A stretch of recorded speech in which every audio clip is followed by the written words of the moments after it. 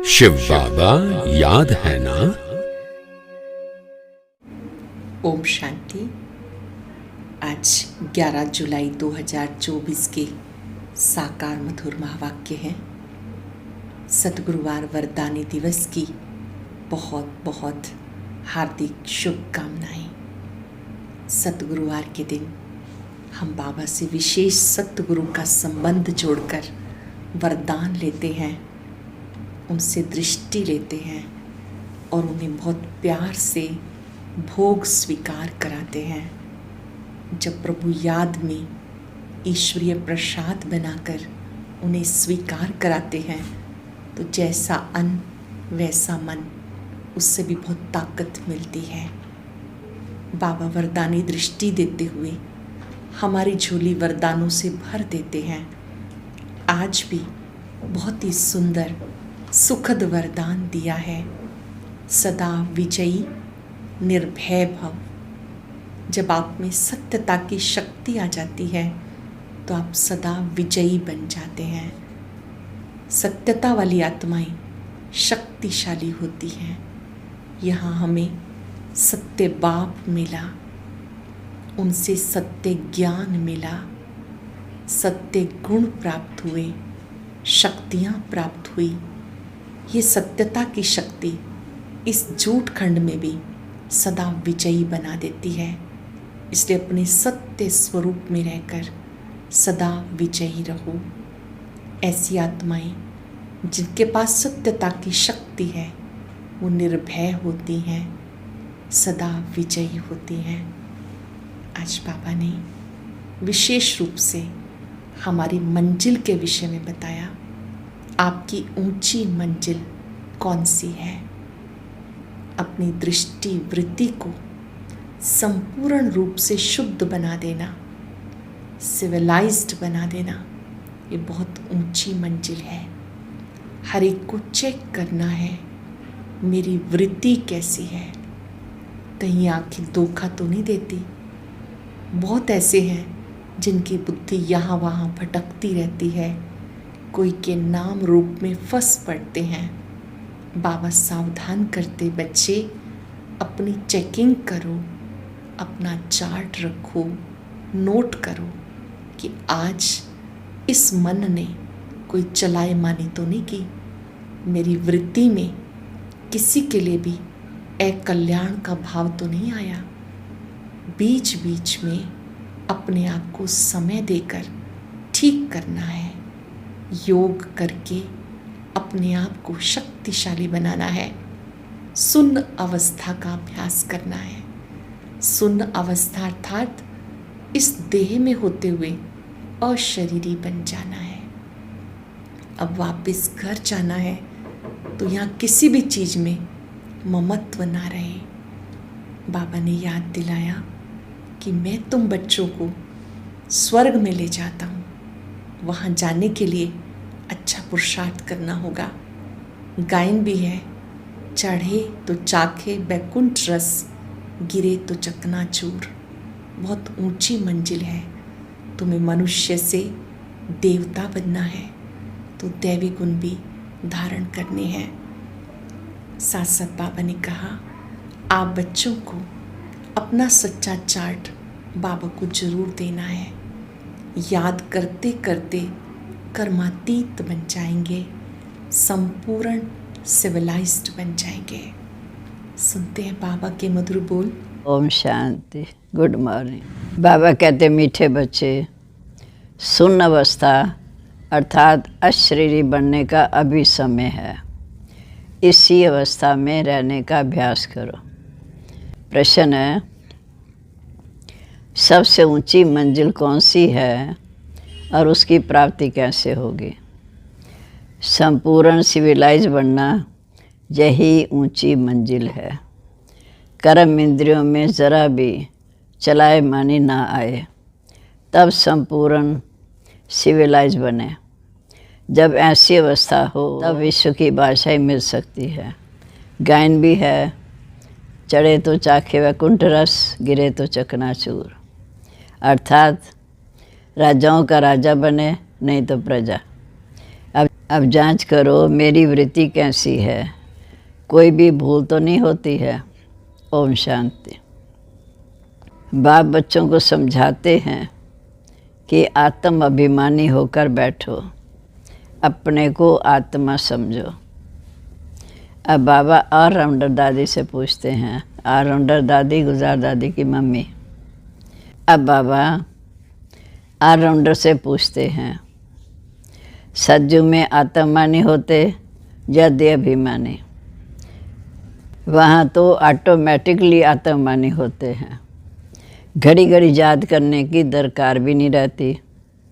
वहाँ ये समझते हैं अब ये शरीर बूढ़ा हुआ, अब इसको छोड़ दूसरा नया लेना है। जैसे सर्फ का मिसाल है कि सर्फ पुरानी खाल छोड़ नहीं लेता है, वैसे आत्मा भी ये पुराना शरीर छोड़ नया लेती।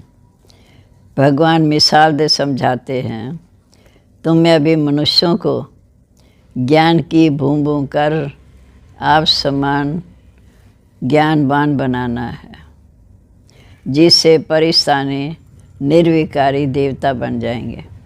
ऊंचे ऊंच पढ़ाई है देवता बनने की, गायन भी है, मनुष्य से देवता की एक करत न लागी वार। किसने किया? देवताओं ने तो नहीं किया, भगवान ही मनुष्यों को देवता बनाते हैं। मनुष्य इन बातों को जानते नहीं।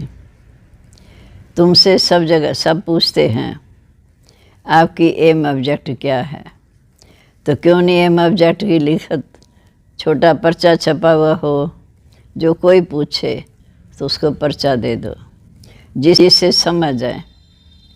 बाबा ने बच्चों को बहुत अच्छी रीति समझाया।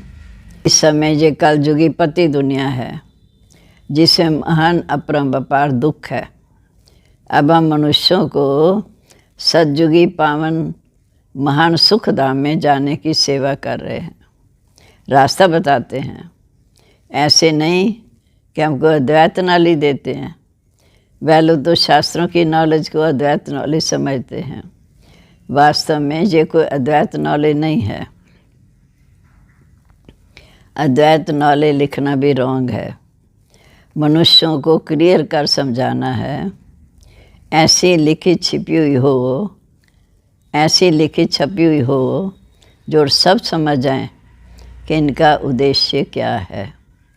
कलयुगी पति भ्रष्टाचारी मनुष्यों को हम अपार दुखों से निकाल सतयुगी पवित्र श्रेष्ठाचार्य पार सुखों की दुनिया में ले जाते हैं। बाबा जी ऐसे निबंध बच्चों को देते हैं लिखने के लिए। ऐसे क्लियर कर लिखना है। सब जगह ऐसी तुम्हारी लिखित रखी हो, झटो निकाल कर दे दो तो समझें कि हम तो इस समय वास्तव में दुखधाम में हैं। मनुष्य को समझते थोड़ी हैं कि हम कलयुगी पति दुखधाम के मनुष्य हैं। जी हमको अपार सुखों में ले जाते हैं। तो ऐसा एक अच्छा पर्चा छपना चाहिए, जैसे बाबा ने भी छपाया था कि सतयुगी हो या कलयुगी, परंतु मनुष्य समझते थोड़ी हैं। रत्नों को भी पत्थर समझ फेंक देते हैं। बाबा का तो एक ही शब्द रत्न बराबर, जो नहीं समझते रत्नों को फेंक देते। ये है ज्ञान रत्न, वो समझते हैं शास्त्रों के रत्न हैं। तुम क्लियर कर बोलो जो समझे। यहाँ तो अपार दुख है। दुखों की भी लिस्ट हो, कम से कम 101 दुखों की लिस्ट कि दुख धाम में अपार दुख है। ये सब लिखो, सारी लिस्ट निकालो। दूसरी तरफ अपार सुख, वहाँ तो दुख का नाम निशान नहीं रहता। हम वो राज्य अर्थात सुख धाम स्थापन कर रहे हैं, जो झट देख मनुष्यों का मुख बंद हो जाए। ये कोई समझते नहीं कि इस समय दुख धाम है। इसका तो इसी को वो स्वर्ग समझ बैठे हैं। बड़े बड़े महल, नए नए मंदिर आदि बनाते रहते। ये थोड़ी जानते हैं कि ये सब खत्म होने वाले हैं। पैसे तो उनको बहुत मिलते हैं रिश्वत के। तो बाबा ने समझाया ये सब है माया का घमंड, साइंस का घमंड। मोटरें, एरोप्लेन आदि सब माया का शो है। ये भी कायदा है, जब बाप आकर स्वर्ग की दुनिया स्थापन करते हैं तो माया भी अपना भभका दिखाती है। इसको कहा जाता है माया का पंप। अब तुम बच्चे सारे विश्व में शांति स्थापन कर रहे हो। अगर माया की कम प्रवेशता हो जाती है तो अंदर अंदर बच्चों को खाता है। जब कोई किसके नाम रूप में फंस पड़ते हैं तो बाप समझाते, ये क्रिमिनलाइज अर्थात विकारी दृष्टि है। कलयुग में क्रिमिनलाइजेशन, सतयुग में सिविलाइजेशन। इन देवताओं के आगे सब माथा टेकते हैं कि आप निर्विकारी हो, हम नीच हैं, पापी हैं, विकारी हैं। इसलिए बाप कहते हर एक अपनी अवस्था को देखे। बड़े बड़े महारथी भी अपने को देखें। हमारी बुद्धि किसी के नाम रूप में तो नहीं फंसती। फलानी बहुत अच्छी है, ये करें, कुछ अंदर में आता है। ये तो बाबा जानते हैं कि इस समय संपूर्ण सिविलाइज तो बने नहीं, ज़रा भी चलाए मानी ना आए। बहुत मेहनत है। कोई बिरले ऐसे होते, आंखें कुछ ना कोई धोखा ज़रूर देती हैं। ड्रामा किसी की सिविलाइज जल्दी नहीं बनाएगा। खूब पुरुषार्थ कर अपनी जांच करनी है, क्या हमारी आंखें धोखा तो नहीं देती। विश्व का मालिक बनना बहुत ऊंची मंजिल है। कहा जाता, चढ़े तो चाखे वैकुंठ रस, गिरे तो चकनाचूर। अर्थात राजाओं का राजा बनते, गिरे तो प्रजा में चले जाएंगे। आज का तो कहेंगे विकारी ज़माना है। भल कितने बड़े आदमी हैं, समझो क्वीन है, उनके अंदर भी डर रहता होगा कि कहाँ कोई हमें उड़ा ना दे। हर एक मनुष्य में अशांति है। कोई बच्चे भी कितनी अशांति फैलाते हैं। तुम शांति स्थापन कर रहे हो तो पहले खुद शांति में रहो, तब दूसरों में भी बल भरे। वहाँ तो बड़ा शांति का राज चलता है। वहाँ तो आंखें सिविल बन जाती हैं। तो बाप कहते हैं अपनी जांच करो, आज मुझ आत्मा की वृत्ति कैसी रही। इसी में बहुत मेहनत है। अपनी संभाल रखनी है। बेहद के बाप को भी सच कभी नहीं बताते, फिर कदम कदम पर भूलें होती रहती। थोड़ा भी उस क्रिमिनल दृष्टि से देखा, भूल हुई तो फ़ौरन नोट करो। 10-20 भूलें तो रोज़ करते होंगे जब तक अभूल बने, परंतु सच कोई बताते थोड़ी हैं। देह अभिमान से कुछ ना कुछ पाप ज़रूर होगा, वह अंदर खाता रहेगा। कई तो समझते नहीं कि भूल किसको कहते हैं। जानवर समझते हैं क्या? तुम भी इस ज्ञान के पहले पत्थर बुद्धि थे। जब कोई 50%, कोई 10%, कोई कितना चेंज होते जाते हैं। ज्ञान से, योग से धीरे धीरे बदलते जाते। ये आँखें भी बहुत धोखा देती हैं, सबसे तीखी आँखें। बाप कहते तुम आत्माएं अशरीरी आई थी, ये पुराना शरीर छोड़कर हमको जाना है। फिर जब शरीर लेंगे तो स्वर्ग में आकर अपना पाठ बजाएंगे। सुन होने का अभी समय है, अर्थात अशरीरी बनने का। भल आत्मा संस्कार ले जाती है।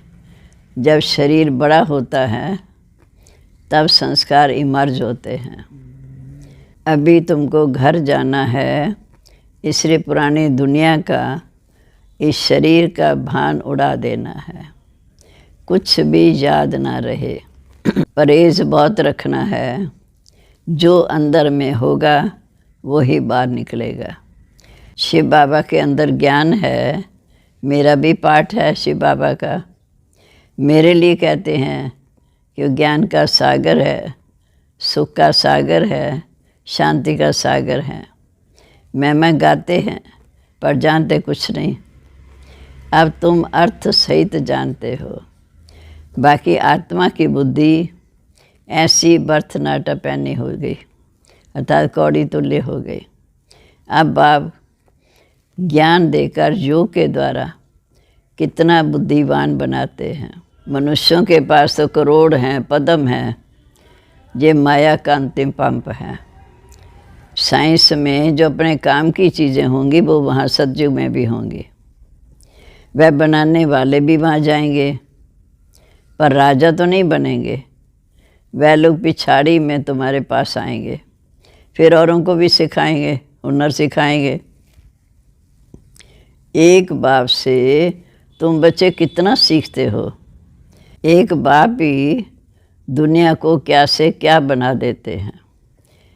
इन्वेंशन हमेशा एक निकालते हैं, फिर वो धीरे धीरे फैल जाती है।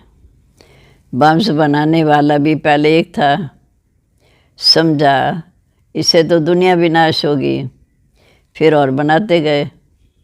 वहाँ भी साइंस तो चाहिए ना, टाइम पड़ा है। फिर धीरे धीरे सीख कर साइंस वाले होशियार हो जाएंगे। बाप की पहचान मिल गई, फिर स्वर्ग में आकर चाहे नौकर चाकर बने। वहाँ सब सुख की बातें होती हैं। जो सुख धाम में था वह फिर होगा। वहाँ कोई रोग दुख है, शांति नहीं होगी। यहाँ तो अपरम्पार दुख है, वहाँ अपरम्पार सुख है। जहाँ हम ये दुनिया स्थापन कर रहे हैं, दुख हरता सुख करता एक बाप है।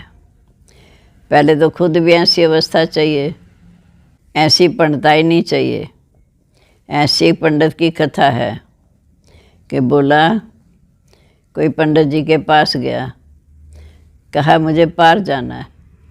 तो पंडित जी ने कहा कि राम राम करते जाओ, पार हो जाएंगे। फिर जो माता फिर उस समय अपने गांव में निमंत्रण देने आई, तो कहा मेरे लिए किश्ती लाओ। कहा मैं कहा राम राम करते पार हो जाओ। तो ये कहानी है। ये सब इस समय की बातें हैं। तुम बाप की याद से विषय सागर से क्षीर सागर में जाते हो, जहाँ तुम बच्चों की अवस्था बहुत अच्छी होनी चाहिए। योग बल नहीं है तो क्रिमिनलाइज है, तो उनका तीर लग नहीं सकता। आंखें भी सिवल चाहिए, निर्विकारी। बाप की याद में रह किसी को ज्ञान देंगे तो तीर लग जाएगा। ज्ञान तलवार में योग का जौहर चाहिए। नॉलेज से धन की कमाई होती, ताकत है याद में। बहुत बच्चे हैं जो बिल्कुल याद ही नहीं करते, जानते ही नहीं। बाप कहते मनुष्यों को समझाना है कि ये है दुख धाम, सतयुग है सुख धाम। कलयुग में सुख का नाम नहीं। अगर है भी सुख तो कांगविष्टा समान माना बहुत थोड़ा है। सतयुग में तो अपार सुख है।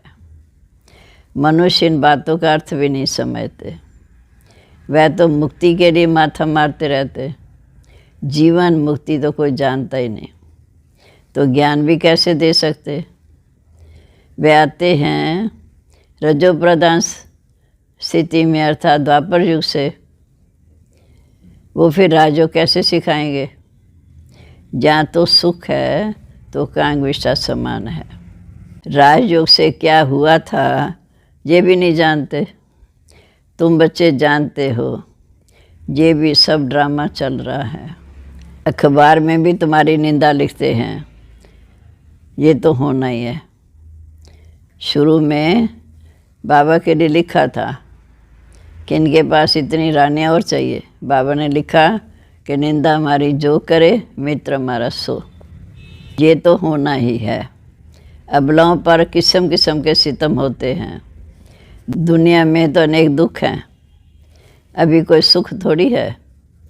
भल कितना बड़ा सोकार है। बीमार हुआ, अंधा हुआ तो दुख तो होता है ना। दुखों की लिस्ट में सब लिखो। राम राज्य कलयुग के अंत में ये सब बातें हैं। सतयुग में दुख की एक भी बात नहीं। सतयुग तो होकर गया ना। अब यह संगम युग, बाप भी संगम समय पर आते हैं, अर्थात कलयुग के अंत सतयुग के आदि के संगम समय पर आते हैं। अब तुम जानते हो 5000 वर्ष में हम क्या क्या जन्म लेते हैं, कैसे सुख से वे दुख में आते। आधा कल्प सुख, आधा कल्प दुख। जिनको सारा ज्ञान बुद्धि में है, धारणा है, वह इन बातों को समझ सकते हैं। बाप तुम बच्चों की झोली भरते हैं ज्ञान रत्नों से। गायन भी है, धन दिए धन ना खुटे। धन दान नहीं करते तो गया उसके पास है ही नहीं, तो फिर मिलेगा क्या? हिसाब है ना। देते ही नहीं तो मिलेगा कहाँ से, वृद्धि कहाँ से होगी? ये सब अविनाशी ज्ञान रतन है, नंबरवार तो हर बात में होते ही हैं। ये भी तुम्हारी रूहानी सेना है। कोई रूह जाकर ऊंच पद पाएगी, कोई रूह प्रजापद पाएगी, कोई रूह जाकर ऊंच पद पाएगी, कोई प्रजापद पाएगी। जैसे कल्प पहले पाया था वैसे अब पद मिलेगा।